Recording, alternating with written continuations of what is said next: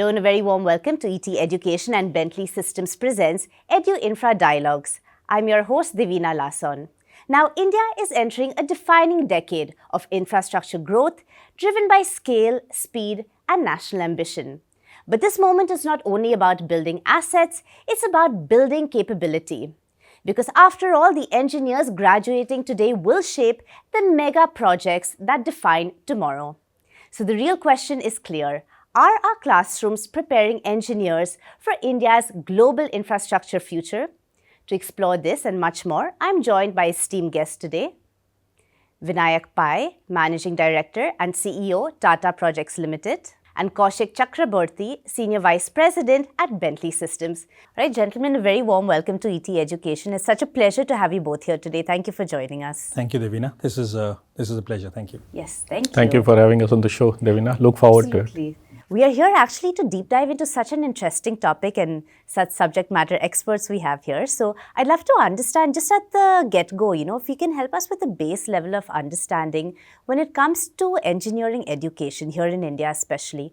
What would you say are some of the biggest gaps that we are seeing today? And when we say gaps, are we looking at a scenario where there's a vast gap between what industry expects and what's actually happening in the classroom? So just let's start with that and then we'll take it from there. Vinayak, would you like to start? Thank you, and I think it's an interesting question which we have all been grappling with for quite some time. Number of engineers who come out of engineering colleges in India is humongous. We all know that, right? But what happens after is more important. And what do we do to bridge that gap so that they are prepared for what they want to do? In many cases, I don't think we have an ecosystem where the students know exactly what they want to do after. And that's why there is a little bit of confusion, because depending on what they want, if we can structure the education in that way, we will get more industry ready students coming out who will be adding value to the field they have chosen. Yes.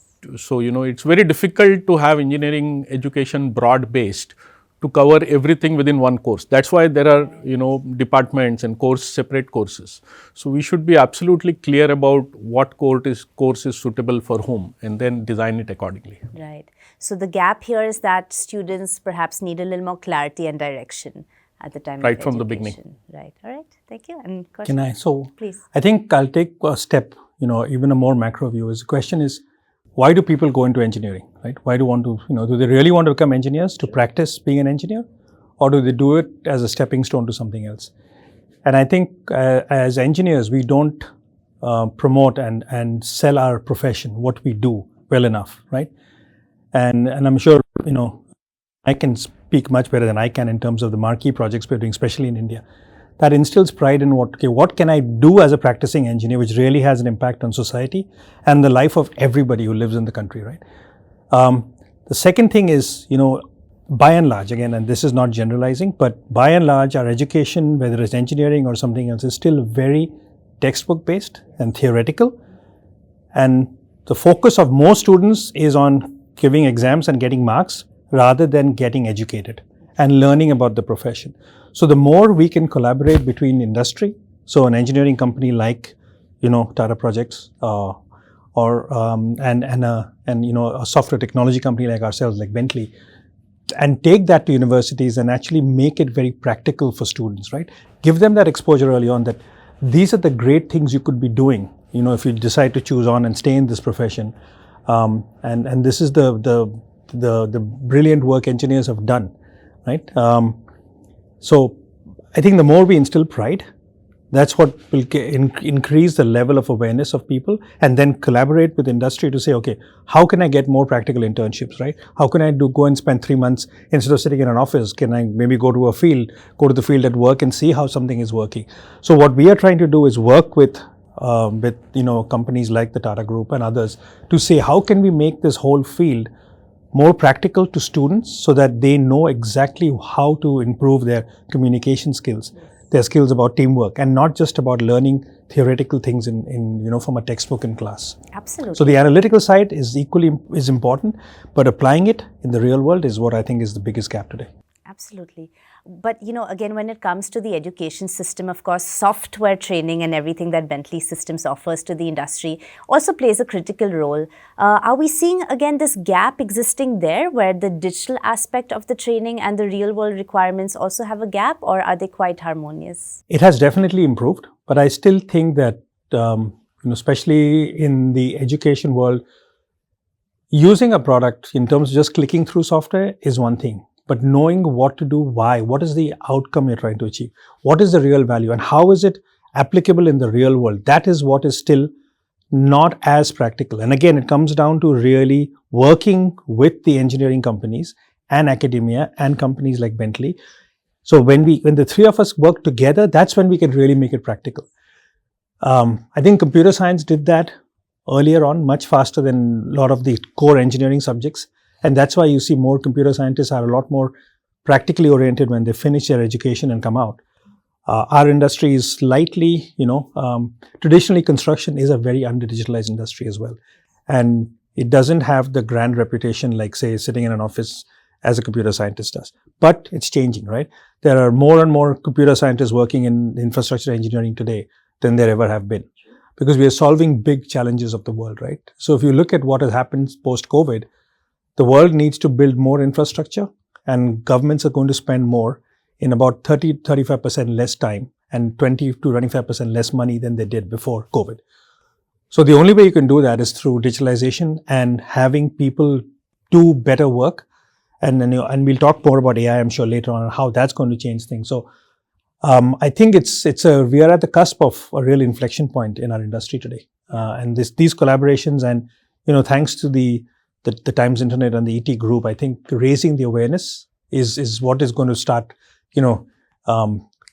leading to some of the change we really want to see. Yes, absolutely. Thank you for that. And definitely we'll deep dive into the role of AI. But before that, Vinayak, let's get you in on this and again, understand from your perspective, what is this evolution that we're seeing in the expectation out of engineers, right?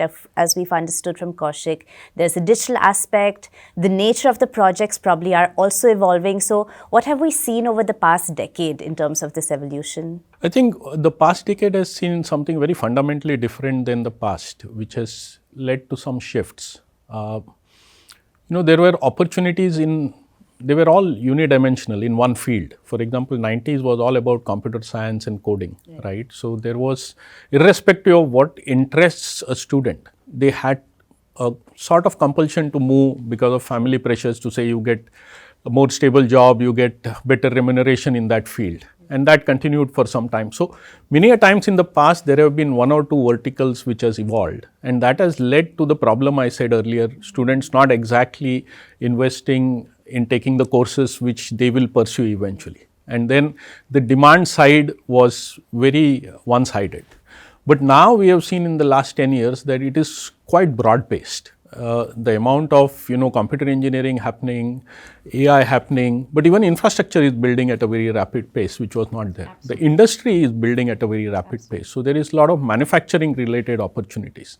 So I think in the last 10 years, this shift is actually good to really focus education in a way which applies to industry. Because today you can actually design courses and then give students the opportunity to thrive in that field which they have taken.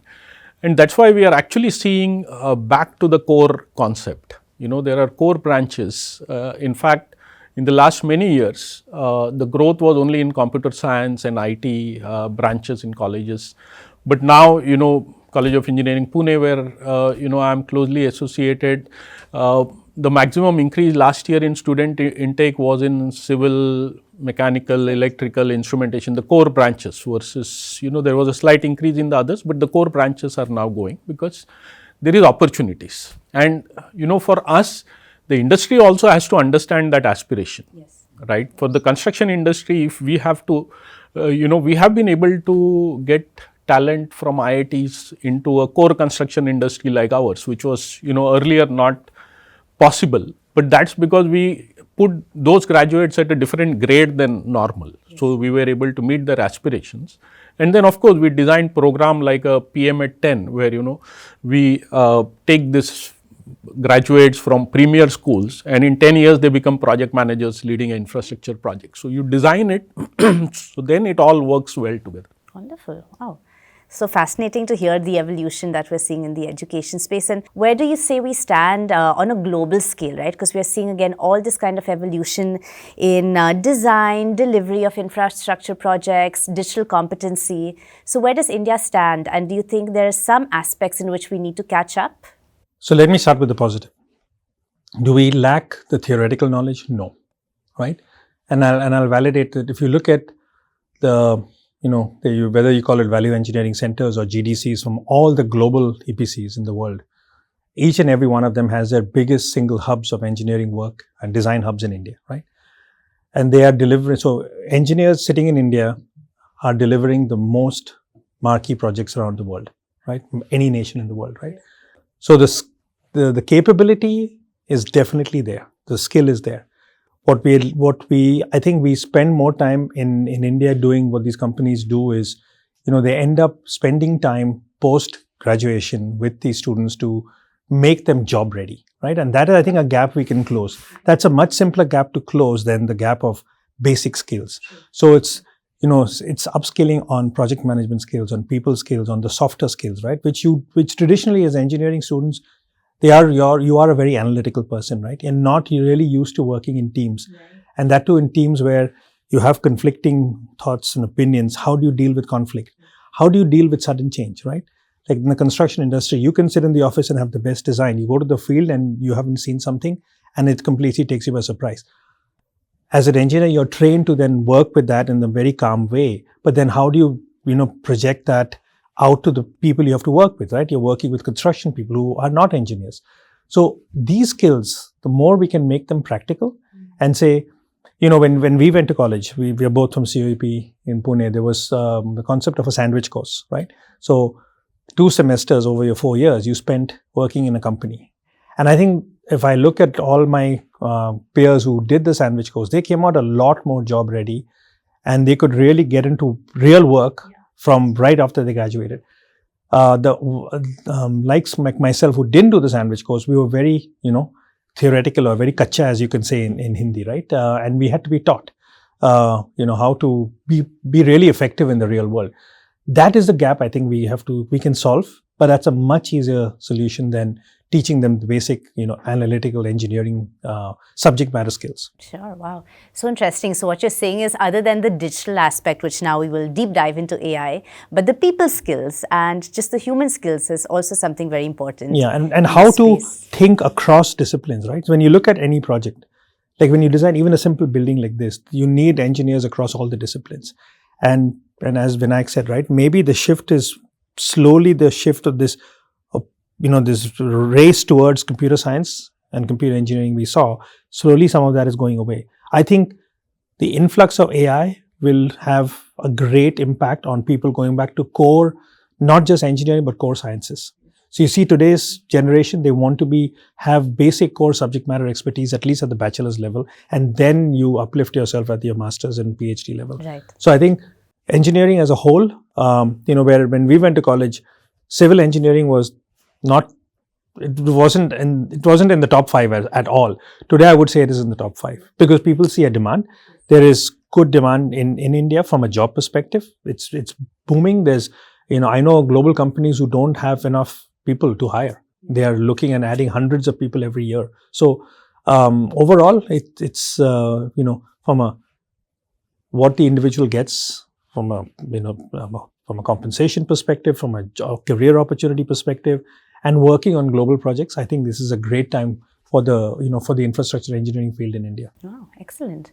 Right. And if I may add to what Kaushik said, from the time when we graduated, even the education system has changed substantially, right? Because earlier for us, we used to do the project, a live project which we used to design and construct in the last year. Now more and more it is being done in the first year. So people get to experiment, people get to do something physically and get fascinated with that whole, concept of building something from scratch, right at the beginning.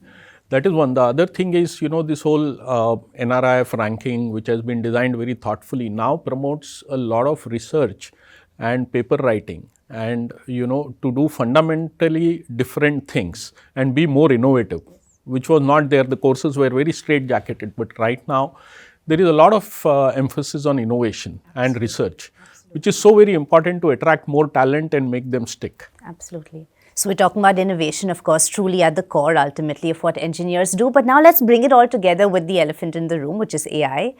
And so how important is, of course, digital fluency and the impact of AI today, whether we are talking innovation, career readiness? And is it a bit hyped, you would say, or is it truly changing the way engineers function, especially in the professional world?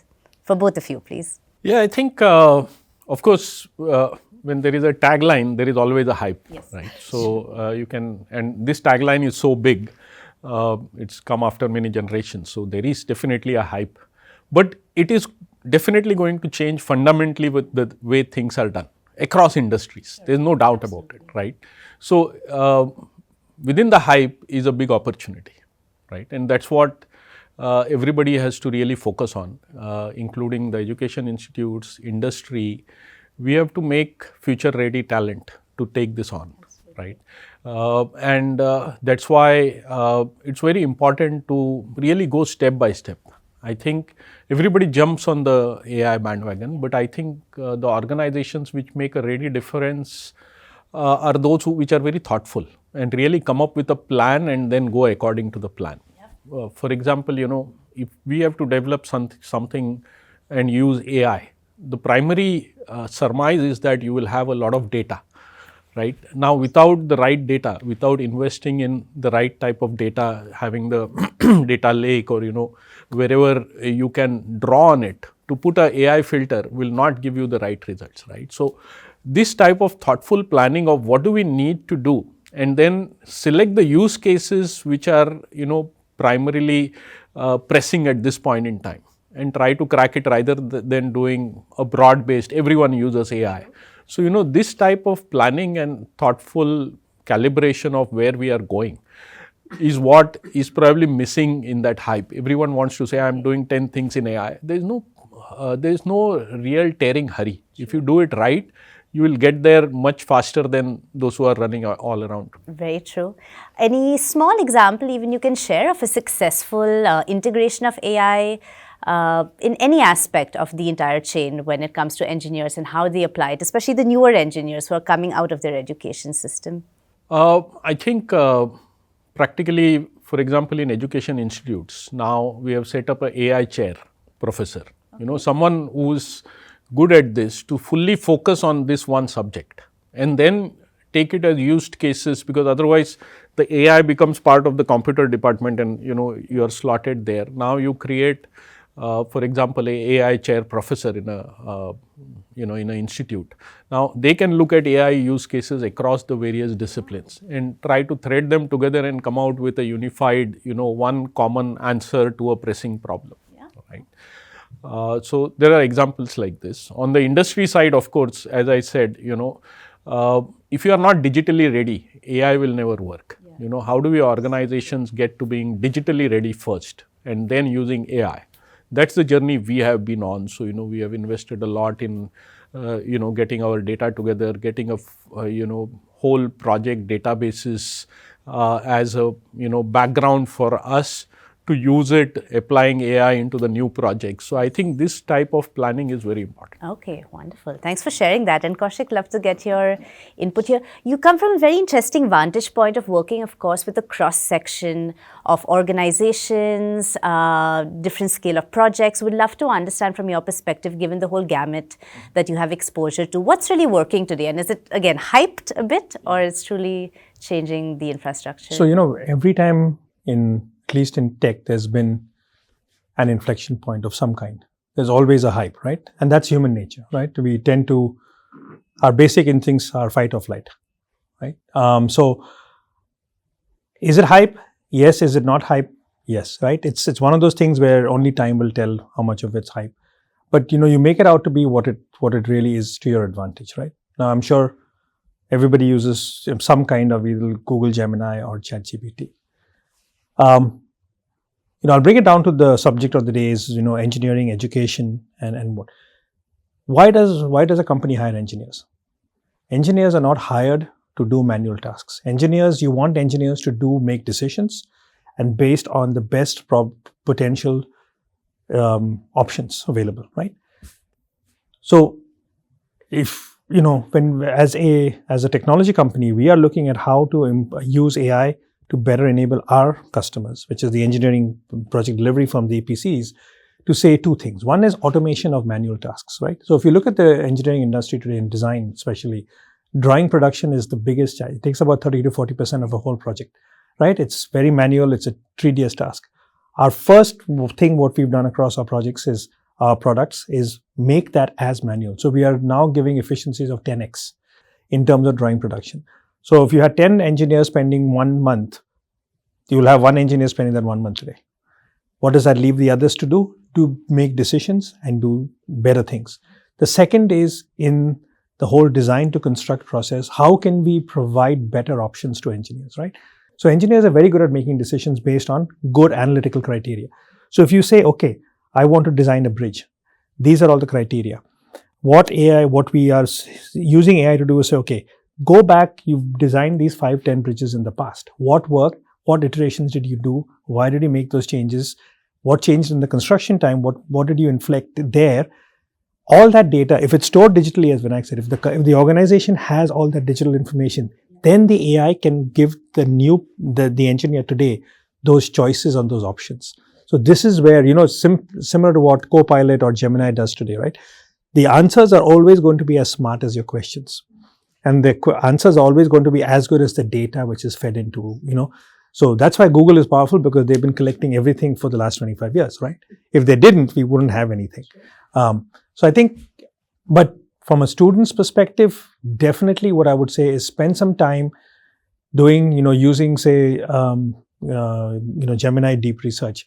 Spend time building a simple language model, building an AI agent, because you will need to use, it's like, if you didn't learn scripting 5 years ago, it's very difficult to work in the engineering industry without knowing basic scripting, right? You don't have to be a computer scientist, but you have to know scripting.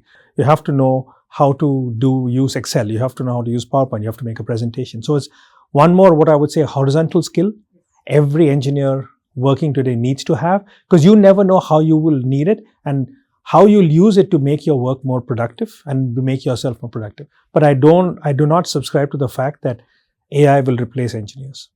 I do not subscribe to that, because, the same way digital books, when Amazon first launched, or Barnes & Noble first launched an ebook, printing books was supposed to go out of fashion. The world has printed more and bought more printed books than ever before. When computers came into banking, when we were young, right, there were strikes everywhere. Everybody will lose a job. Nobody lost a job because of computers. Same way here. People just adapt. But we have to take it and make the best of it, right? So it becomes a choice I have to make as a student. Do I want to become more useful to my employer in future? Or do I want to say, no, I don't want to, adopt to this new way? Vinayak, same question to you. Will AI replace engineers? I don't think so. And again, as Kaushik said, we can never imagine the new normal. A new normal is developing, right? So we can't be impatient. We have to let it develop. In the middle of COVID, I remember 2020, 2021, we all thought real estate is dead, because, who would want to build offices? Who would want to go to offices? Who would like to, this is working well for all of us. Today, the growth in real estate is like never before, because people found that when they are at home, they need a different, more space, they need to have more collaborative space, they need to have space to relax. So, the premium real estate is suddenly booming because of that. So, that's a derivative, but that's overtaken the prime, premise and developed into something different. So, as AI happens, I think mankind has shown that whatever technological advances, challenges, it's finally mankind which creates it, and mankind finds a solution to it. And this one will also have a solution which, you, I and, our people and our employees will come out with, which will be, what can we do better? Yes. And only thing which is going to come out of this is, when people are challenged, they always learn how to do better. Sure. Now, this is a challenge, right? So, the challenge is, what can you do better? Not whether somebody will replace someone or whatever, If your present skill is not adequate, what can you learn more and do something better to add value in a completely different way? So now this is a challenge, and this is an evolving situation, and a new normal will develop, which you and I cannot predict today. Can I add one thing to that? If you look at the global pipeline of projects, just say in a small country like Australia, right? They have, so Engineers Australia did a research. They say they are predicting 10,000 shortage of engineers based on what they need to build for the next 5 years, design build 5 years. That's a small country of 24 million people. Make that a global scenario. We are missing 500,000 engineers. So, how do we use AI then to fill that gap, right? Because you can't suddenly create 500,000 new engineers. How do you fill that gap? And how do you attract better people to do better, smarter things? So as the whole world of digitalization and computerization has come, we have learned to become smarter, right? When you move from a typewriter to Word Star back in the day, and WordPerfect and now Word, you just became more effective in writing. You didn't kind of say that, okay, the same people, the typist as a profession went away. Everybody became very effective. But more people type today than ever before. It's the same thing. We have to take that challenge and really use it for the betterment of what we want to achieve in life. Yeah, absolutely. Just the most effective use cases possible. Yeah, wonderful.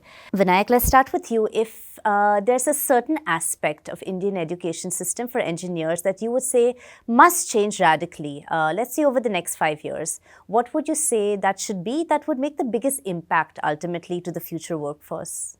I think that big change is industry has to get more involved in academia. We have always been talking about this industry-academia partnership. It's worked to some extent, but not enough, right? We would like to see industry actually get involved right from the beginning of the course, not when the candidates are ready. And then design, the education system should be flexible enough.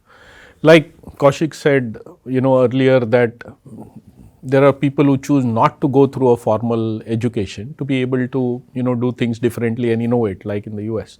So, give them a framework and which the industry brings, which is very, logically aligned to what they want to do after, they graduate. And then the industry and that student or that cohort of students work through those 4 years to make them really ready when they come out. And the other thing is, it should also be interesting. We have to make things interesting. Today, despite AI and saying there will be no jobs, the good students still have choices, right? So if we have to get the best and the brightest into any industry, we should be able to, challenge their intellect. And that comes with, challenging them to really do some fundamental engineering stuff. So that's where I go to this whole emphasis on research and basic development of either a product or a service, which has to happen at the college level, which doesn't happen enough, right? I think that partnership where, the industry and the academia come together and then design tailor-made courses and embed in that elements of interest to the student. Then when they come out, they will remain in the industry, they'll be interested, and they'll be far, faster to take off and create a real value add. Yeah. So interesting to hear a leader like yourself speak so, to the point that ultimately should be interesting for the students, right? That's also a big inflection point in the education system. Wonderful. And Kaushik, same for you. Again, what does it take for the Indian education system to gear up to really equip engineers of the future? And, beyond just education, is there also a mindset shift, according to you, that would go hand in hand with that? So I think, so the way we enter students into engineering is it's very marks driven, right? And it's very analytical.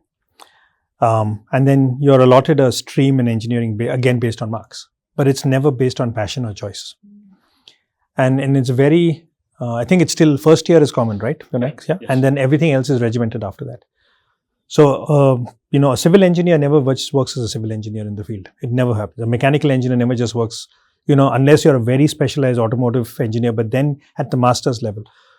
I think some changes, if we can have a lot more visibility into cross-discipline education at the bachelor's level, that might be useful. And then allow people to have more of a specialization at the master's level. Then at least gives them a choice, Like now you get into a stream and at best you have a choice to make at the end of your first year. After that you're stuck, right? What if I didn't like it after third year? Then why am I doing something I don't like, I don't have passion for? So you end up with a lot of people who are unhappy with the choices they made, not because they made the wrong choice.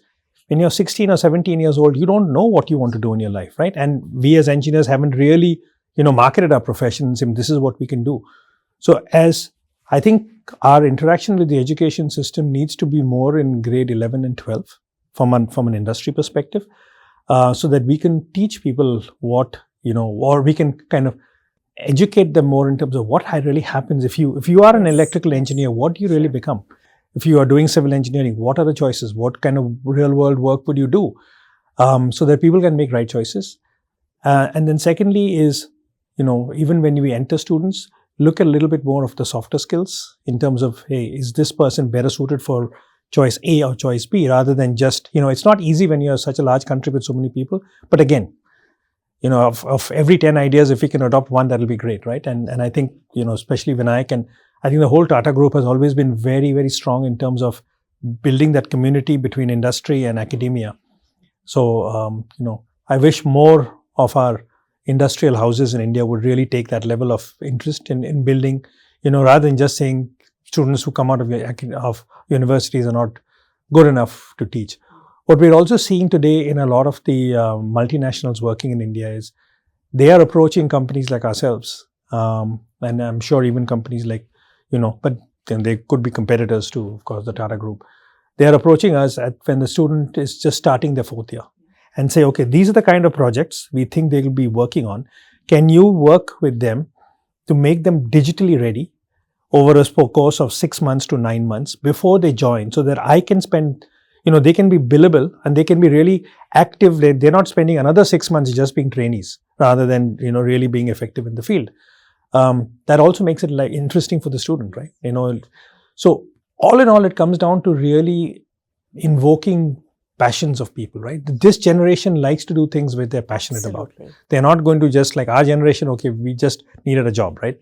And get out of home. This generation wants something, they want to do something meaningful.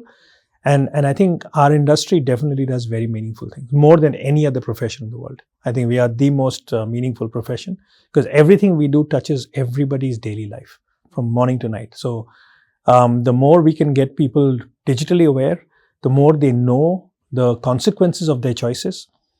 And, then it'll also stop the influx of every engineer wanting to go and do an MBA right away and forget engineering. But to that point, if I may add, the quality of postgraduate studies in India has to improve, right? Because the best and brightest actually don't go into post-graduation in India. And that's been there for a long time and it's not changing. The best of the engineering colleges, including IITs, will tell you that the quality of their post-graduation students are not as good as the quality of their undergraduation students. Right, and this is the truth. Whereas if you look at the US education system, it's quite different, right? So how can we promote more postgraduate studies and invest in that? That needs investments, because you have to give them financial support. If somebody is graduating and is readily getting a job, if you have to ask them to stay back and invest another 2 years or then do a doctorate. How many bright students from India finally go and do MTech and PhDs in the US? Because it's remunerative also. So that system is very important for us to crack, because only then, because we are moving to a space where just an engineering degree may not be enough in the new AI era, right? So if you have to really do a little bit of more education and deep tech thinking, it will come out of postgraduate and PhD programs. So this is what is another missing link which we need to get together to crack. And get industry funding into that. So like if you look at the US or the UK or any kind of Western nation, right, their masters and PhD programs are funded through industrial cooperation, right? So there's a grant from a company because I need some research work done. So they're not doing anything theoretical. They're actually working so I'll give you an example, right? There's a very large UK-based design house which has about 10,000 people in India, right, doing global projects. They are looking for 150 geotechnical engineers. They are struggling to even find 50 in India. So there is such a dearth, and that's a master's subject, right? There are 3 or 4 universities in India who teach, and the intake is 8 to 10 students at the most. Because, you need the professors, you need the faculty, you need industry to cooperate, because it's a very technical research subject. And it's very relevant to India today, because you see bridges collapsing, and, the more we're building underground, we are building, massive structures and really complex structures today in India. And I know we keep talking about the US to some extent, but I see this is where we potentially even lagging behind, some of our neighboring countries who've really picked up the masters and the PhDs and propped that up, right? So, we should aim for at least, if we are producing 1,000 graduates, we should at least have 25% postgraduates of better quality produced out of that, right? The best of the brightest shouldn't think that how am I going to get a job on the first day of placement, but how do I get a master's? How do I do research? How do I build products? How do I really, become the next Elon Musk of the world, right? That needs to come here. But the same Indians who go to some other country can become world innovators. So there's nothing wrong, as I said, in the intellect, there's nothing there lacking. It's just the ability to support them. And we are ready to support government, right? If we need to have industry projects and industry research, we are ready to fund it. I'm sure there's enough, organizations in India which will do that. So that is a big change. I think if we can do that, that's a very good point, Vinayak. Masters and PhD, because that will also then interest people at the bachelor's level.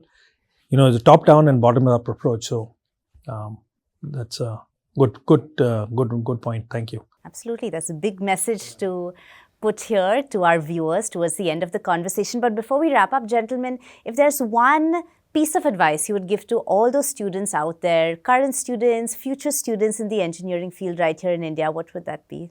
I always say that passion. Yeah. Passion for what you want to do. Don't do anything by default. Develop a deep passion for what you want to do, and then go deep into it.